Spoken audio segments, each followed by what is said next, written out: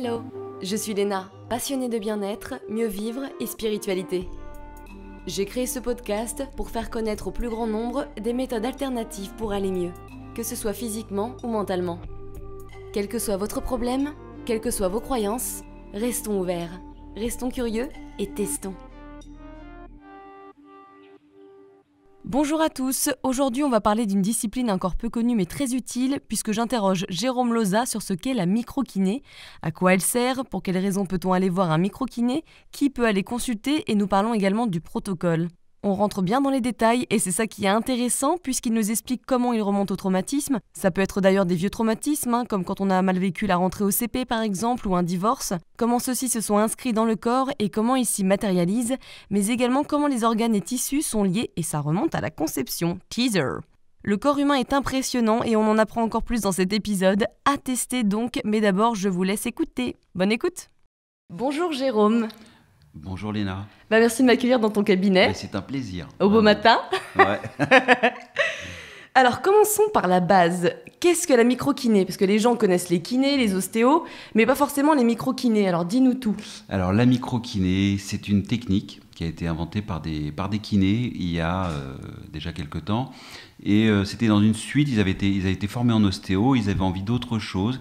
Et ils ont posé un postulat différent pour venir au départ. On était vraiment dans le muscle pour corriger les articulations. Voilà. Et donc l'ostéopathie, à l'époque, on envisageait surtout les corrections à partir des segments osseux. Là, en microkiné, on s'est dit, tiens, si on libérait le muscle pour libérer l'articulation. Ça a été ça le point de départ. Et ensuite, petit à petit, ils sont rentrés dans des idées de travailler sur les mémoires et qu'on vivait des choses et que ça avait des conséquences sur nous. Et c'est là-dessus qu'on travaille. Et ils ont fait le choix de ne former que des kinés au départ. D'accord, ok.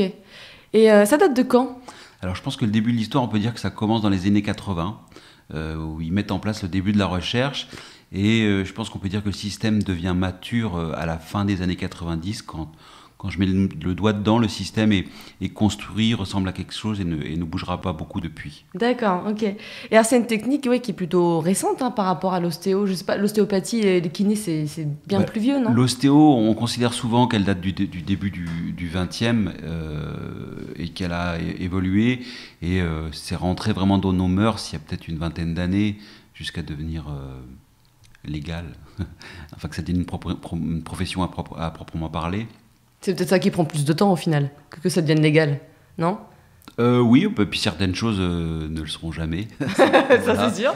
Moi, on les aime bien quand même. Voilà, c'est ça. Toi, pourquoi tu es devenu microkiné ? Est-ce que c'est pas un rêve depuis l'enfance ? Alors, qu'est-ce qui s'est passé pour que tu viennes ? Parce qu'il n'y en a pas beaucoup des microkinés. Oui, alors c'était une rencontre, c'est souvent le cas, c'est une rencontre.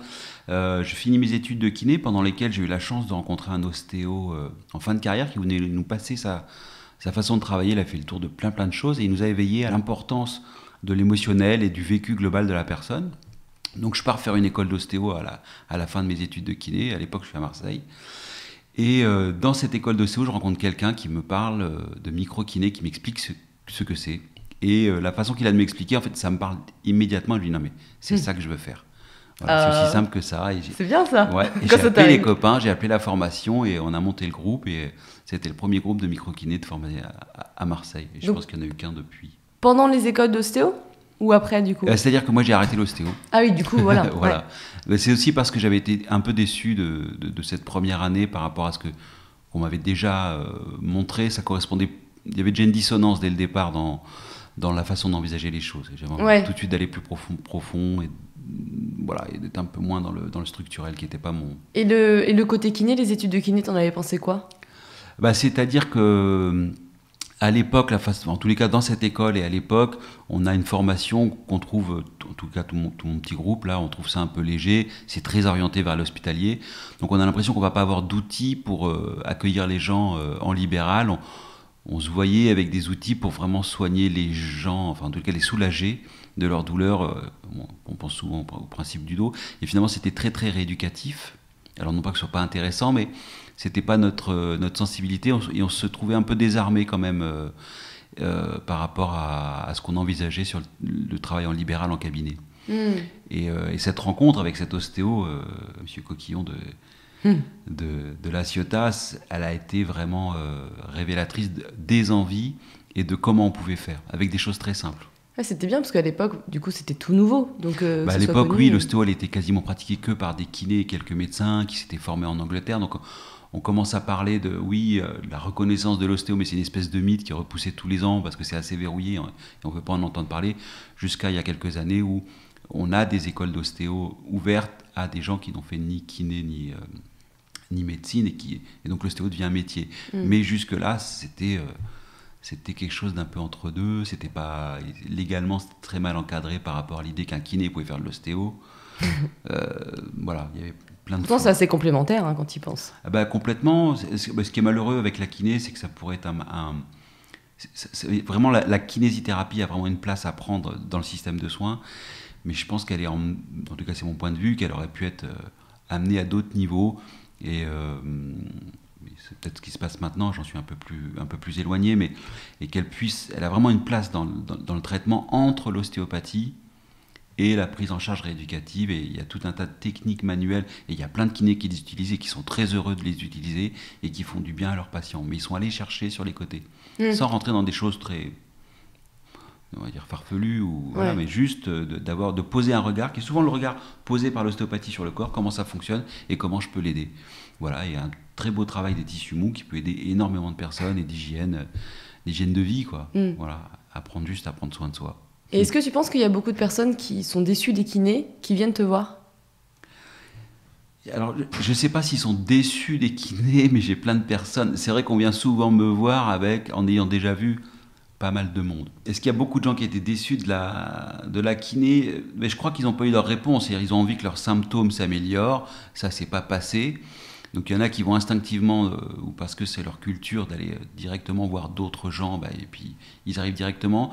Mais c'est vrai que souvent, je vois des gens plutôt qui ont vu déjà un ostéo ou deux, qui ont vu le rhumato, qui cherchent quand même à aller mieux parce que ça n'a pas trop avancé. Micro-kiné, c'est difficile. Il y a quand même pas mal je pense qu'il y a eu quelques milliers de kinés qui ont été formés en micro-kiné, mais au final, il y en a peu qui ne vont faire que ça. Ouais. Il y en a beaucoup qui vont l'avoir dans leur trousse à outils pour faire des petites choses en plus dans leur pratique de kiné courante. Et c'est déjà super chouette. Et puis, il y en a d'autres qui ont eu, comme moi, qui ont eu un coup de cœur, qui ont vraiment eu un coup de cœur avec la technique et qui ont essayé, et qui développent le plus possible cette pratique dans sa forme la plus complète. Et alors, c'est quoi qui t'a plu? Quel est le coup de cœur que tu as eu quand le professeur t'en a parlé? Ce qui m'a plu, c'était... donc ce que je disais, c'est que cet ostéo m'avait éveillé avec la notion d'émotionnel, qui était importante dans la prise en charge de certaines douleurs, notamment les douleurs thoraciques, chez les anxieux, des choses comme ça. Et là, ça a été direct le point de départ, c'était de dire on vit des choses, on réagit à ce qu'on vit, et là c'est un outil pour venir travailler sur ce point-là, cette inscription-là. Un peu le détective, il y a de ça. Le challenge, c'est pas mal. Et est-ce que c'est parce que tu as une part peut-être de sensibilité ou d'ouverture d'esprit? On va pas aller en psychanalyse, mais... Non, je pense que c'est juste, ça m'apparaissait comme une évidence, une réalité, quoi. Qu'on est notre corps, il n'y a pas de dichotomie, il n'y a pas d'un côté Jérôme ou d'un côté Léna, et après le corps de Léna et le corps de Jérôme, on est une seule et même chose, et donc ce qu'on vit nous impacte. Ouais. Voilà. Et c'est ce qu'on voit avec le système immunitaire. Si on est stressé, on a moins d'immunité. Mais voilà, c'est aussi simple que ça. C'est une réalité. Donc voilà, d'avoir un outil qui permette de rentrer par cette porte-là, je trouvais ça intéressant. Et surtout que dans le domaine médical, on a tendance à oublier ça, ce lien entre le corps et l'esprit. Oui, alors ça dépend. Je pense qu'effectivement, il y a un discours général qui nous ferait l'oublier, mais dans la pratique courante des gens, c'est quand même quelque chose qu'on entend, et même si tout le monde ne sait pas ou ne travaille pas forcément dessus. Ça diffuse un peu partout. Un médecin généraliste vous dira quand même, si vous êtes stressé, vous risquez d'aller moins bien, il faut essayer d'être moins stressé. Et après, quels sont les outils? C'est ça la question qui me permettront d'être mieux dans ma vie, quoi. Ouais, c'est clair. Alors, pourquoi aller voir un micro-kiné? Quel genre de problème tu traites? On parle d'ailleurs de psychanalyse du corps, il me semble. Enfin, j'ai entendu parler de ça, ouais. Oui, alors c'est pas forcément une tournure qui me parle beaucoup, même loin de là. Mais l'idée, c'est d'être dans la physiologie qui supporte nos émotions. C'est pour ça qu'on essaie de ne pas faire de différence entre l'esprit et le corps. Il y a une physiologie de la pensée, il y a une physiologie de notre émotion. Et je pense que c'est notre porte d'entrée. Et donc, qui vient nous voir? globalement, je pense que dans un premier temps, c'est les gens qui ont mal. Donc c'est des douleurs de dos, les douleurs de cheville, les douleurs de genoux, les mal au cou, les migraines.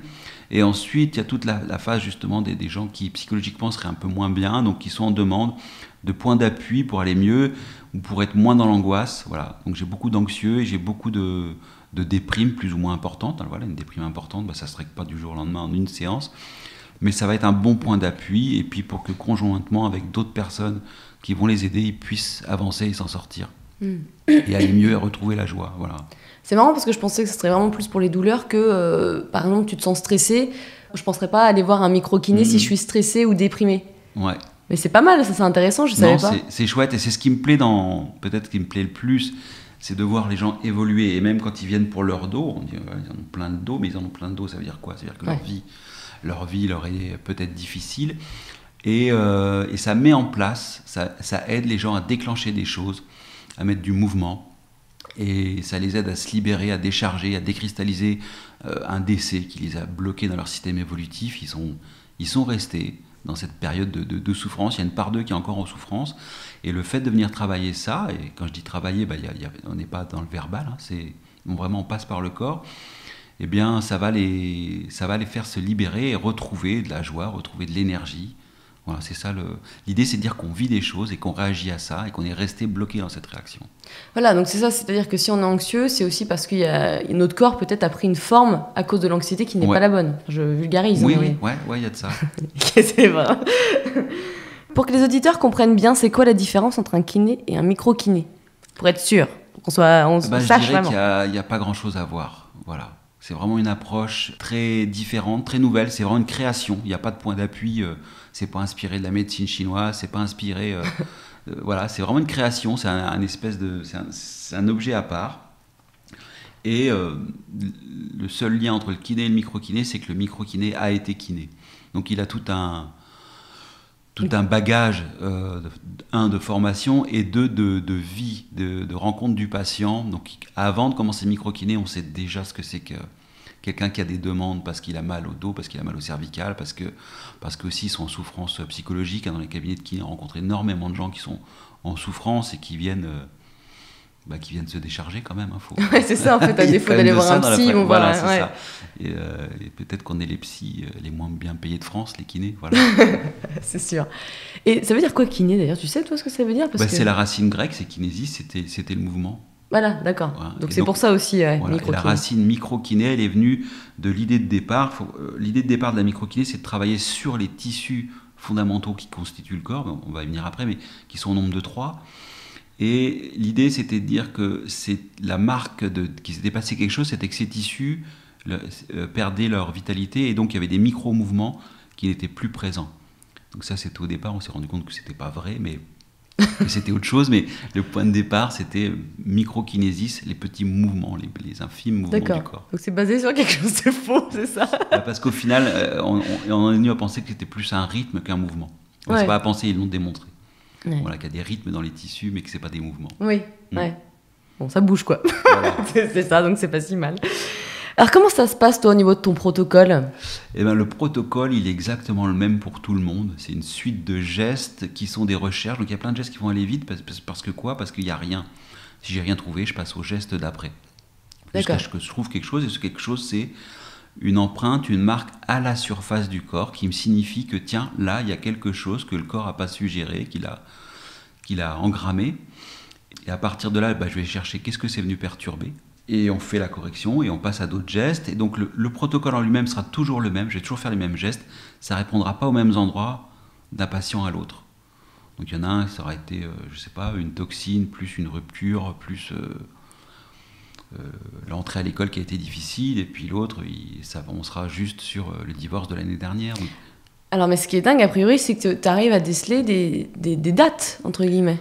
Alors, c'est un dialogue qui est non conscient. C'est-à-dire que quand on a trouvé quelque chose à la surface du corps, dans ce protocole, j'ai 2 points. Ça sera toujours entre 2 mains. C'est jamais un point tout seul. Le point, il n'existe que parce qu'il répond à un autre. Donc, je trouve 2 points. Ces 2 points me signifient quelque chose qui est resté engrammé dans le corps. Donc, il y a une histoire qu'il a mis en place. Tu peux nous dire un exemple pour qu'on comprenne bien? Par exemple, je vais avoir une main sur la clavicule, puis une autre main sur le haut de la cuisse. Et là, je vais pouvoir dire que j'ai une toxine qui est venue embêter mon muscle psoas. Il y a une petite inflammation sur mon muscle psoas, mais sur la clavicule, je vais retrouver des marques de toxines. Évidemment, la clavicule, il n'y a pas de toxine dans la clavicule. Je vais retrouver l'empreinte à cet endroit-là. Voilà. D'accord.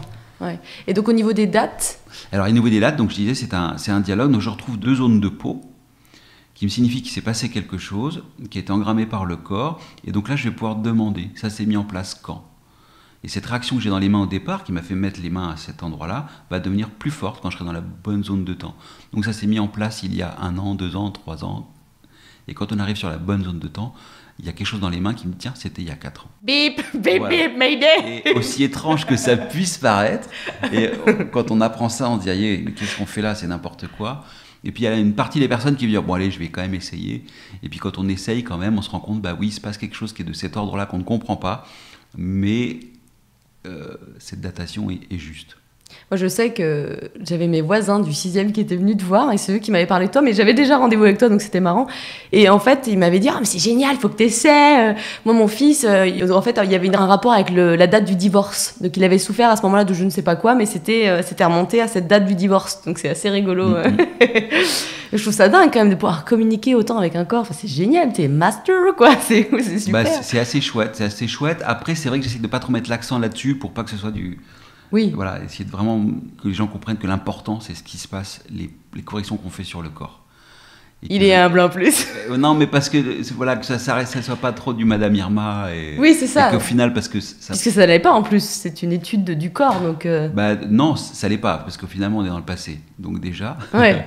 et en fait, c'est venu du fait que quand on faisait la correction des muscles, plus le trauma, la partie traumatique pure, hein, c'est-à-dire je me fais une vraie entorse, j'ai pris un accident de vélo, de voiture, le trauma dans le muscle, plus c'était ancien, plus ça mettait de temps à lâcher. C'est-à-dire que le muscle qui est en crispation, on va dire, ou le fascia, plus c'était ancien et plus ça mettait de temps à se corriger. Donc on se dit, il y a une notion de temporalité qui apparaît dans le tissu.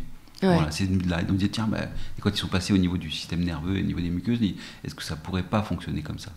Et alors ce niveau de temporalité, comment tu le mesures, si tu peux nous expliquer rapidement?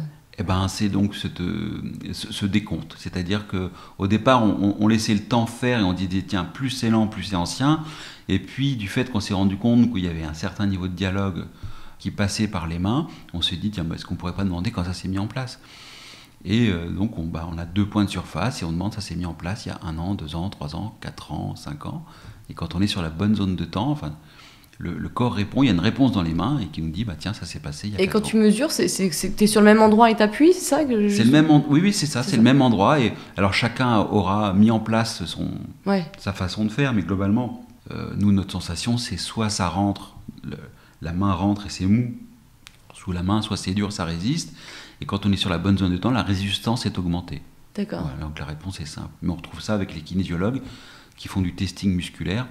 Mais là, que ce soit au travers du muscle, c'est au travers des points de surface qu'on a.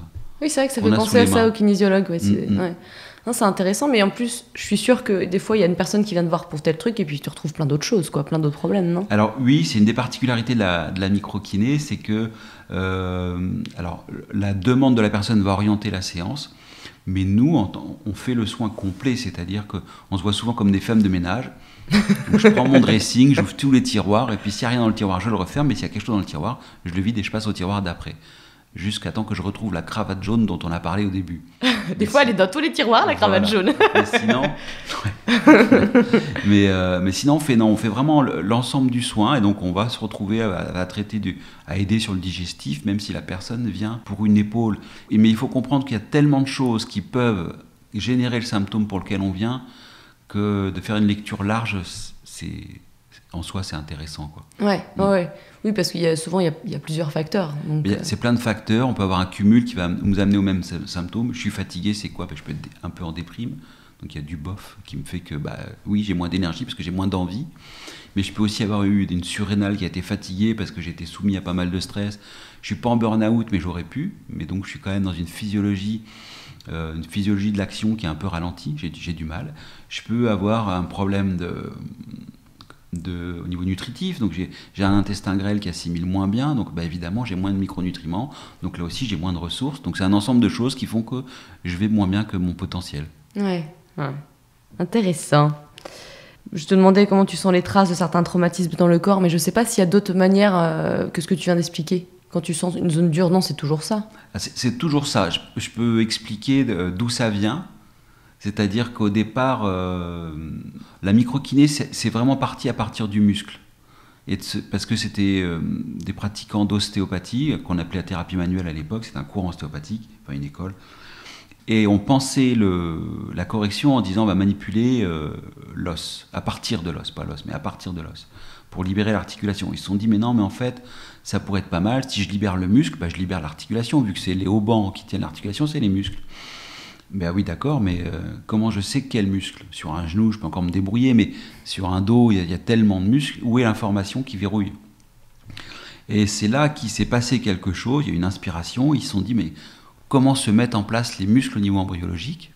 Ils sont allés voir, et il apparaît qu'il y a des chaînes musculaires, d'un point de vue embryologique, qui se mettent en place, et ce tissu musculaire donnera aussi naissance d'une partie de la peau.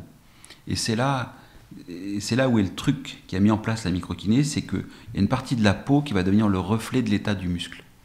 Et donc pour tester ma chaîne musculaire, je vais tester une ligne de peau. J'ai deux mains, une main en haut, une main en bas, et si ça circule bien entre les deux, j'ai pas de muscle en lésion dans cette chaîne musculaire associée. Et puis si ça passe pas, je descends jusqu'à trouver une restriction sur cette zone de peau qui me signifie qu'un muscle est en lésion, et je sais qu'à chaque fois que c'est cette zone de peau, ça sera toujours le même muscle. Donc c'est parti de là. Et donc le départ, ce qu'on ressent, c'est une restriction sur le glissement de la peau entre les deux mains. Voilà, le point de départ pour apprendre, pour se faire la main, c'est ça. Oui, c'est vraiment, faut devenir, c'est du travail bien sûr, mais il faut être très sensible, il faut sentir la petite différence, la petite subtilité. Ouais, mais moi je nous vois comme des artisans, donc c'est la même sensibilité que développe un artisan, que développe bien sûr. Voilà, quand il patine ses objets, et puis qu'il arrive à ressentir vraiment que ça c'est pas juste, je peux faire mieux. Ouais, voilà. ouais. Quelque chose de cet ordre-là, quoi. Je me rappelle mes cours de poterie, mon Dieu. Voilà, une main qu'on développe. Ouais. Comment les traumatismes psychologiques se matérialisent dans notre corps? L'idée en microkiné, ça a été de dire que fondamentalement, on est la conjugaison, le développement de trois tissus fondamentaux, qui sont le tissu muscle, qu'on appelle le méso, enfin c'est les muscles, les os, les fascias, les tendons, le tissu nerveux, qui nous donnera les nerfs, mais pas que, il y a toute une partie de la peau qui est du tissu nerveux, et certainement que c'est à travers de ce tissu nerveux qu'on communique avec le reste. Voilà, le tissu nerveux, c'est le tissu de communication. Et le tissu muqueux, muqueux, on comprend bien, c'est la couche qui recouvre tout l'intérieur de tous nos organes. Et donc, c'est ces tissus qui créent ce corps. Et ce corps réagit au travers de ces tissus. Et nous, c'est ça qu'on va repérer. C'est lorsque le tissu, on lui a demandé, il a trop réagi et qu'il va cristalliser quelque chose, il va perdre de sa vitalité localement. Et une perte de vitalité à un endroit fait que l'organe va moins bien fonctionner. Et va moins bien pouvoir réagir ou va rester dans le même mode de fonctionnement. Donc c'est une empreinte, c'est je vis quelque chose, je réagis sur différents plans. Nous, on rentre par ces plans de notion de tissu qui constituent le corps, mais je dirais que c'est pas que. Parce que ça va plus loin, oui, ça va dans ma psyché aussi, même si moi, j'y ai pas accès, mais par contre, je vais avoir accès à l'information qui a mis le cirque au départ. J'ai la porte d'entrée. Et ce qui est chouette, et ce qu'on constate sur les patients, c'est qu'en faisant cette correction au départ, tout ce qui est éclaboussé, moi je peux voir la partie tissu, mais ça a éclaboussé plus loin. Je le vois pas, mais ça va quand même venir travailler là-dessus. Et c'est ça qui est chouette, c'est que ça permet aussi aux gens d'avancer sur un plan psychologique. Ouais, je comprends, ouais. D'accord. C'est intéressant. Tu parles du tissu muqueux qui enveloppe chaque organe, c'est ça? Alors c'est l'intérieur. Les fascias, non, c'est l'intérieur. D'accord. C'est la tunique qui est à l'intérieur, donc c'est à l'intérieur de notre bouche, l'intérieur de nos poumons, l'intérieur de notre intestin. On parle souvent de la muqueuse intestinale qui est mise à mal par notre alimentation acidifiante. Voilà, c'est ça, notre alimentation qui n'est pas toujours si bonne pour nous, mais trop sucrée, trop salée, trop acide, et qui est mise à mal. Donc c'est vraiment la couche interne des organes, et qui par extension deviendra, pour certains organes, de l'endocrine. Et du coup, effectivement, c'est assez complet. Donc, il y a quand même un grand besoin de concentration quand t'es... Tu vois, c'est pas le kiné qui va masser, qui peut papoter et raconter ce qu'a fait Ginette, quoi. Mais là, pour le coup, il y a quand même un travail un peu plus de concentration. Disons qu'il faut être présent. Je pense que c'est vraiment le même niveau de travail qu'un ostéo qui travaille qui travaille correctement, il faut quand même être là. Évidemment, on peut pas, ça n'empêche pas de discuter, hein, heureusement, puis c'est important. On peut Oui, parce qu'en plus, échanger t'en des sais choses, plus. et en fonction des personnes, certaines personnes préfèrent laisser aller et pas trop être vraiment dans le ressenti, d'autres qui ont besoin qu'on discute, ou d'autres qui... Voilà, en fonction du patient, on pourra être plus ou moins dans le verbal et échanger des choses, mais ça demande d'être présent. Ouais. Ouais, c'est intéressant. Et pareil, les fascias, on en parle de plus en plus maintenant, mais c'est vrai que les gens au départ ne savaient pas ce que c'était. Je suis pas spécialiste, hein, mais on m'avait expliqué ça, et du coup, je trouve ça bien. C'est comme la peau d'une mandarine transparente, tu sais, qui tient justement. Ouais. Je trouve ça assez intéressant parce que c'est un rôle phénoménal. C'est-à-dire que des fois, je pense qu'on peut avoir des douleurs, notamment parce que le fascia, il est un peu trop fibreux ou je ne sais quoi. C'est une structure qui est très très importante pour la physiologie. Donc je pense qu'on est en train d'en découvrir les fonctions. Elles sont certainement plus importantes que ce qu'on croyait. C'est pas seulement un tissu qui va de support au sens mécanique.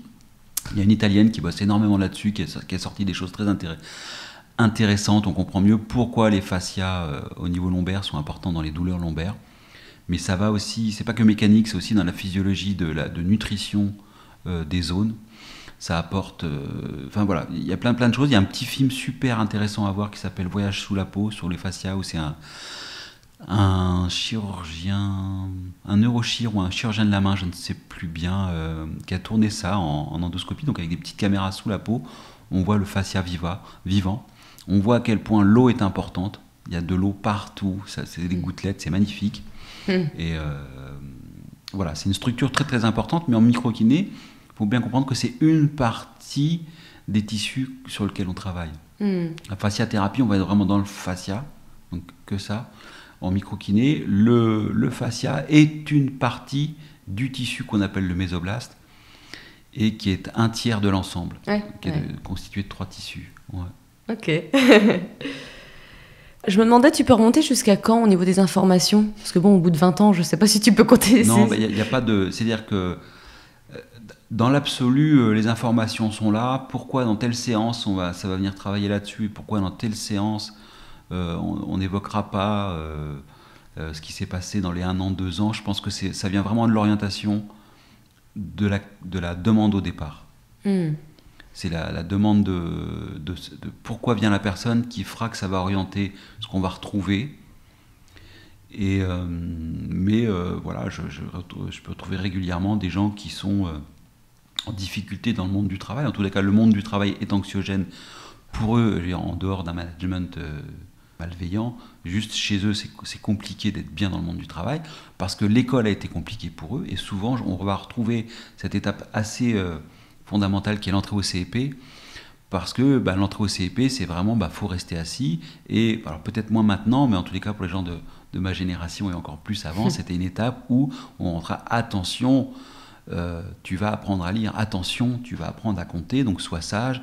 Et il y a une espèce de pression inconsciente qui était mise en place, alors qu'il n'y avait aucune raison que l'enfant n'apprenne pas à compter ou à écrire si on s'y prend bien. Il n'y a aucune raison que ça n'arrive pas. Donc il n'y a pas besoin de mettre de la pression, mais c'est quand même ce qu'on fait. Attention. Et donc on a des enfants qui vont être dans l'anxiété, qui ont un adulte qui vient mettre du rouge un peu partout. Voilà. Donc on retrouve quand même des personnes pour qui l'entrée au CEP a été problématique. Plus le système des bons points et des mauvais points. Voilà, et donc ça va les suivre après partout. C'est un événement fondateur, malheureusement pour eux, et ça peut mettre à mal toute une scolarité, quoi, parce que l'entrée a été un peu délicate. Ouais. Et qu'on les a pas assez accompagnés dans ce truc-là, quoi. Alors c'est un peu une question con que je vais poser, mais certaines personnes vont peut-être se dire ça. Pourquoi on peut pas simplement masser la zone douloureuse? J'aimerais bien savoir ce que tu vas nous dire par rapport à ça. Parce que peut-être que pour que ça puisse évoluer en profondeur et à moyen terme, si vous voulez, par exemple, j'ai des muscles qui sont en tension, et puis c'est ça qui me fait mal, j'ai un torticolis, et puis ça passe pas. Bon, je peux libérer le muscle, mais si c'est l'influx nerveux qui constamment est en train de commander au muscle de se contracter, tant que je ne vais pas libérer l'information nerveuse en amont, le muscle continuera à se recontracter. Donc je peux le masser très longtemps, et effectivement les gens vont vous dire je suis soulagé, tiens ça va mieux, mais c'est revenu. Parce que ça vient donc du cerveau? C'est revenu parce que oui, il y a quelque chose quelque part qui commande à ces muscles de se contracter. Et donc, c'est pour ça que l'idée en microkiné, c'est d'essayer de travailler en amont. Qu'est-ce qui fait que ce muscle se contracte? Intéressant, ouais. Voilà. C'est pas une question conne finalement. Non, Je savais qu'il y avait avoir une réponse intéressante. C'est plutôt, voilà. Mais c'est ce qui se passe en ostéo quand ils disent on vient travailler le viscéral. Parce qu'il y a un arc réflexe entre le viscère et la vertèbre qui fait qu'on va avoir une fixation vertébrale avec tout un ensemble de fascia et de muscles qui va se rigidifier. Mais parce qu'on a une irritation au niveau Digestif. digestif. C'est vrai que moi j'avais des grosses douleurs pendant pas mal de mois digestifs. C'était horrible, c'était 9 heures de crise par jour. Et j'avais très très mal au dos. Et effectivement, quand on me massait le dos ou quand l'ostéo me massait le ventre, ça me soulageait immédiatement. Me dire, c'est bloqué. C'était assez marrant. Et alors, comment ça se fait que les organes et les tissus sont liés indépendamment de leur distance et de leur position ? Ils sont liés physiquement. C'est-à-dire que j'ai une nappe sur ma table, si je tire d'un côté, le verre qui est de l'autre côté, il va tomber. Donc physiquement, avec les fascias, avec la dure mère, avec l'ensemble des structures, il n'y a pas de dichotomie, tout est relié à un certain niveau.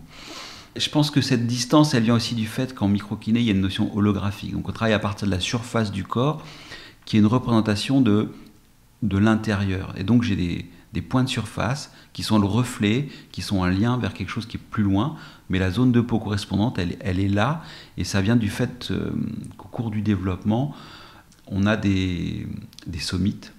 C'est quoi les somites ? Alors les somites, c'est les petits...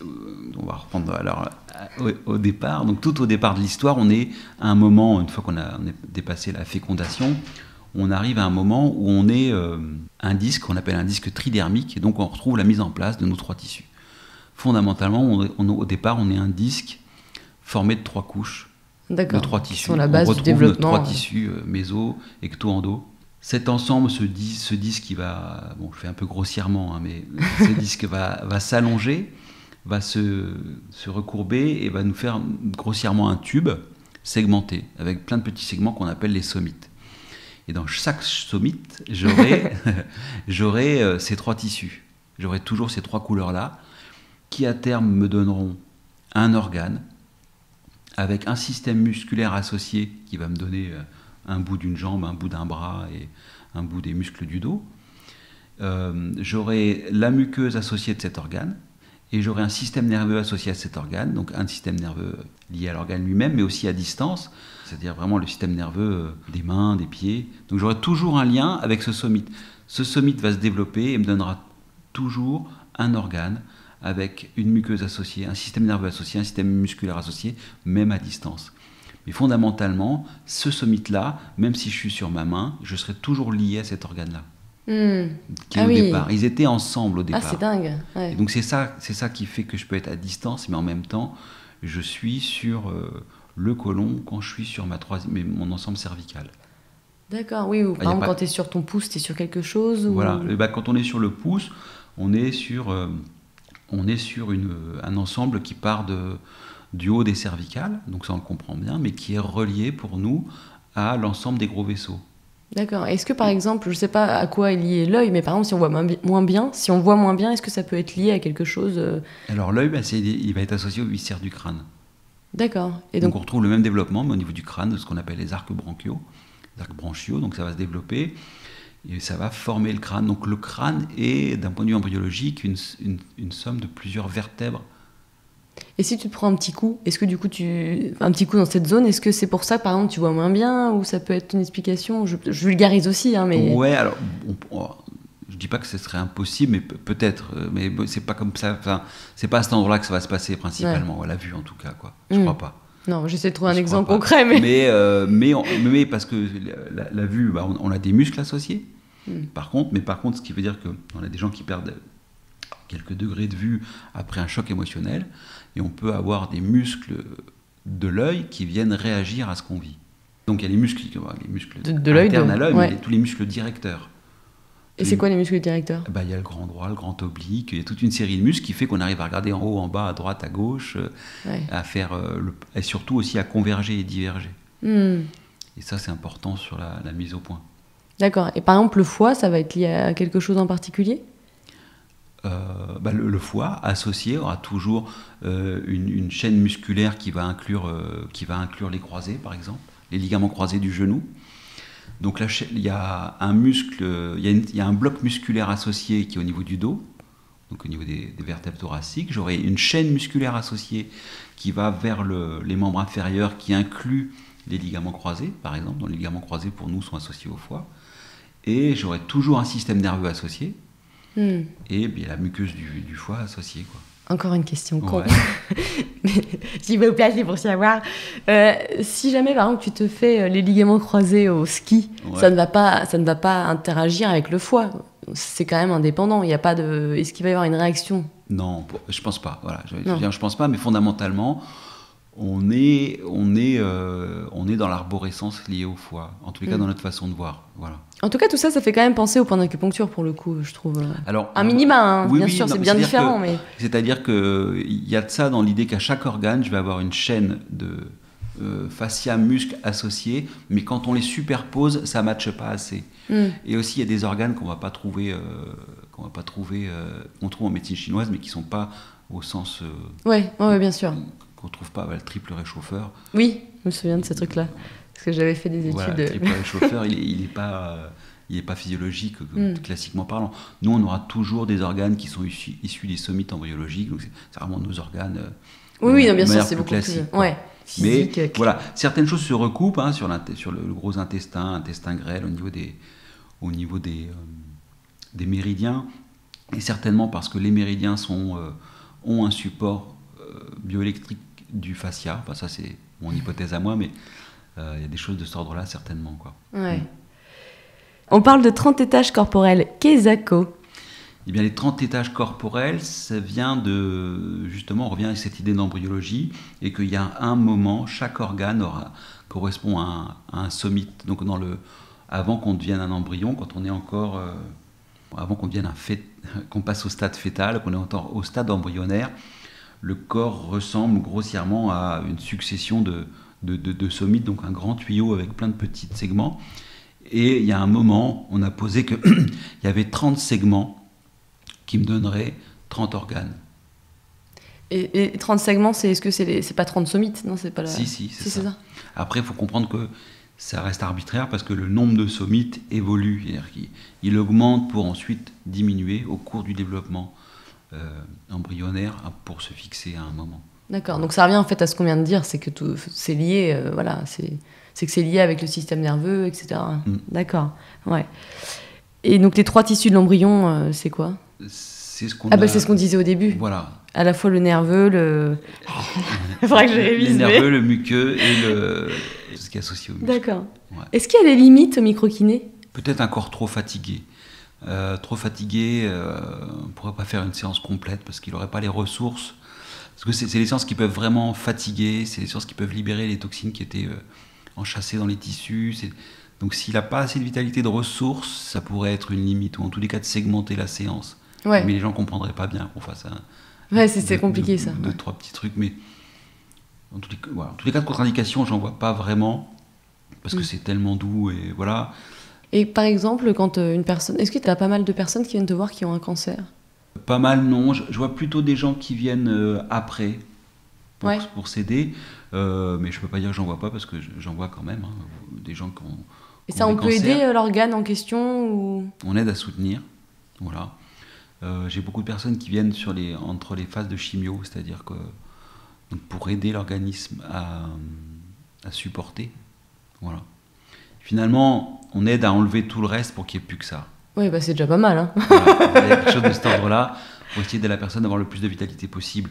Pour mieux combattre la maladie. Voilà, et mieux supporter aussi la chimio pour avoir... Donc ils font leur cycle de chimio, ils laissent passer un petit moment, et puis ils viennent. D'accord, ouais.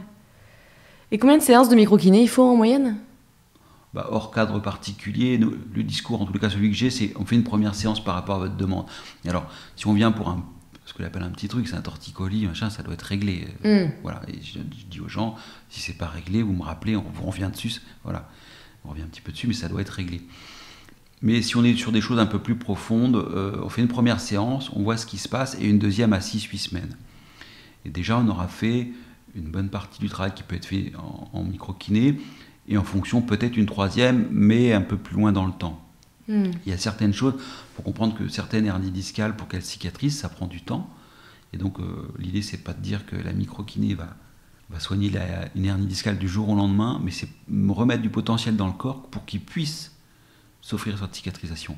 Parce que si les tensions musculaires restent là, si le disque ne réussit pas à se réhydrater, ça va durer très longtemps. Ouais. Alors que si on remet, et là on parle sur une hernie discale, on peut parler de plusieurs mois, mais c'est raisonnable. C'est-à-dire quelqu'un qui se fracture une jambe, c'est logique, tout le monde comprend bien que ça va prendre un petit peu de temps, que c'est une histoire de plusieurs mois. Et une hernie discale, c'est quelque chose, c'est une structure qui a lâché, qui s'est abîmée, c'est pas comme une tension qu'on va enlever, il faut qu'elle cicatrise, donc ça va prendre du temps, donc là on peut envisager les choses sur un plus long terme. Et les bébés, est-ce qu'il y a un intérêt en particulier pour les bébés? C'est super. Ouais. Tu découvres déjà plein de choses, plein de petites cicatrices, de petits trucs par rapport à l'accouchement peut-être? Je pense surtout qu'on est sur un monde ultra sensible, donc il n'y a pas besoin de grand-chose, on est sur un monde ultra sensible, donc c'est rarement neutre, l'accouchement c'est pas rien, voilà, qu'il soit facile ou pas. Il y a toute la vie fétale qui rentre en compte, comment la maman vivait les choses et qu'est-ce qu'elle a vécu. Et malheureusement, on voit des gens pour qui cette période de grossesse, qui devrait être un moment de joie, est pas si facile que ça parce que la vie les emmène dans des moments difficiles et le bébé ne fait qu'un avec la maman à ce moment-là, donc lui il vit aussi ces choses-là, donc on retrouve clairement des choses. Mais avant tout, c'est un monde ultra sensible et donc il n'y a pas besoin de grand-chose pour qu'il dorme moins bien. Ah oui, donc par exemple, et c'est beaucoup ça je veux dire, le motif de consultation premier pour les enfants en bas âge, c'est surtout le sommeil. Ah, intéressant, ouais. Je pense qu'il y en a qui seront très intéressés. Et tu l'as fait sur ton enfant?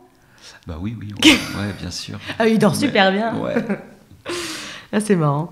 Est-ce que tu te souviens d'une séance très marquante et efficace d'une personne, par exemple? Alors, je sais que il y avait un témoignage d'une maman qui était venue pour son enfant.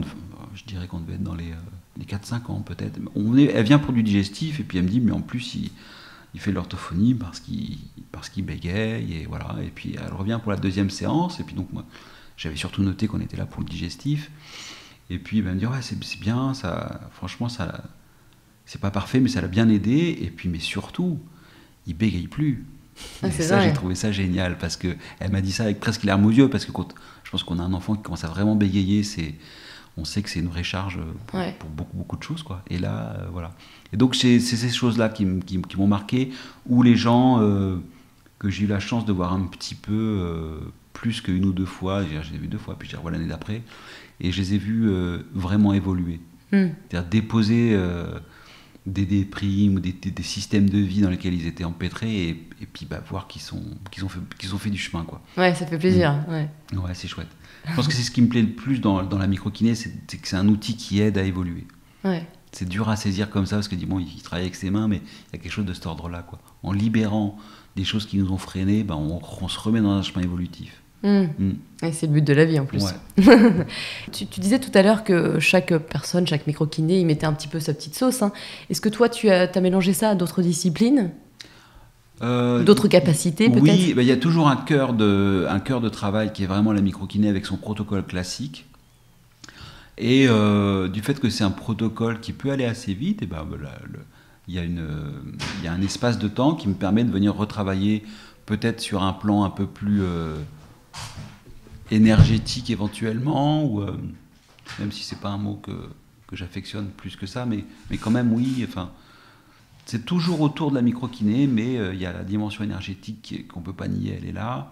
Il y a une dimension un peu mécanique, j'aime bien revenir un peu à travers le toucher microkiné, mais revenir dans quelque chose de plus mécanique. Après il y a des choses qui se passent où on peut être un peu plus c'est-à-dire qu'avec la même logique de penser que la microkiné, mais on a fini le protocole, mais il me reste des trucs où je reviens sur le symptôme et on essaie de voir s'il reste des choses qui ont pu venir embêter la personne.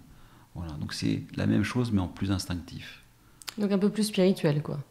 Aussi, quelque part. Peut-être, ouais. Mais c'est ça qui est beau, c'est dans ce métier-là, et comme dans beaucoup de métiers, il y a l'intuition qui se mélange.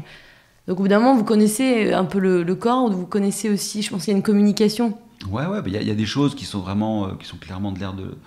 Alors, est-ce que les microkinés sont des gens qui avaient une porte plus ouverte que d'autres au départ et que ceux qui continuent à en pratiquer, c'est ceux qui avaient la porte grande ouverte, ou est-ce que c'est parce qu'ils accrochent la technique et la technique développe des choses, ou c'est certainement un peu des deux, mais oui, voilà. Et puis l'habitude fait que on ressent.